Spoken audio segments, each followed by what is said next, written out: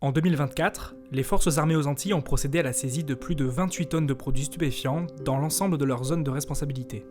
S'étendant de la Floride au Brésil, la zone maritime Antilles constitue un espace considérable qui recouvre près de 138 000 km², soit 2 fois la surface de la mer Méditerranée.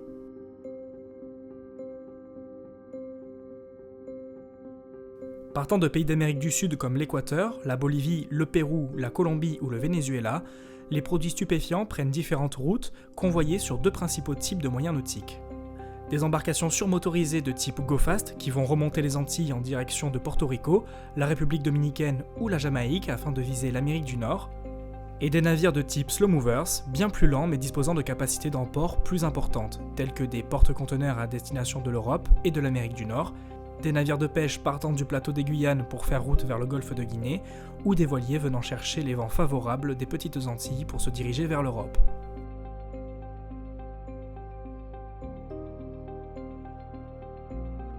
S'inscrivant dans le cadre de l'action de l'État en mer, les forces armées aux Antilles agissent sous l'autorité du préfet de la Martinique, délégué du gouvernement pour l'action de l'État en mer, et du commandant supérieur des forces armées aux Antilles, commandant de la zone maritime Antilles.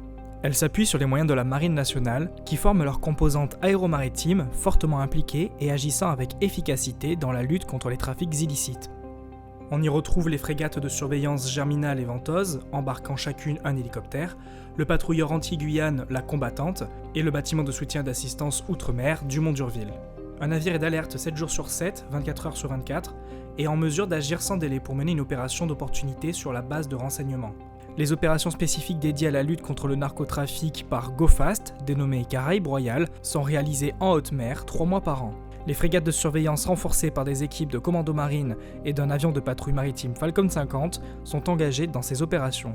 Agissant avec fulgurance, les interceptions sont réalisées par des équipes spécialisées qui vont immobiliser le navire, le fouiller et saisir la marchandise. La coordination avec les services de renseignement, les autres administrations françaises et les partenaires étrangers est une clé essentielle du succès des opérations. Les forces armées aux Antilles agissent ainsi de concert et bénéficient d'informations transmises régulièrement par des services français, américains,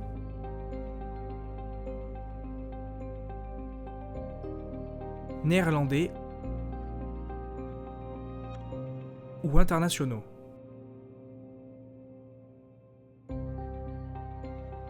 Une fois la saisie effectuée, l'Office anti-stupéfiants et la juridiction interrégionale spécialisée de Fort-de-France apportent une réponse pénale au trafic. Ces capacités d'intervention ainsi que la hausse du trafic de stupéfiants ont fait de 2024 une année record en termes de saisies par les forces armées aux Antilles. 12 saisies ont ainsi été réalisées en 2024, permettant de retirer du marché plus de 28 tonnes de stupéfiants, dont une prise record de plus de 10 tonnes au mois d'août. Des quantités conséquentes qui représentent à ce jour près d'un tiers des quantités saisies dans l'ensemble de la Caraïbe. Contribuant directement à la prolifération du trafic d'armes, d'êtres humains et de contrebandes diverses, le narcotrafic est également responsable de la hausse globale de la criminalité et de la corruption qui touche une majeure partie des États caribéens. De par sa position géographique, les forces armées aux Antilles constituent ainsi un avant-poste au sein de la stratégie du bouclier définie par le Secrétariat général de la mer. Une défense en profondeur du territoire, assurée au large par les bâtiments de la Marine nationale, qui permet d'optimiser l'efficacité de la lutte contre ce fléau.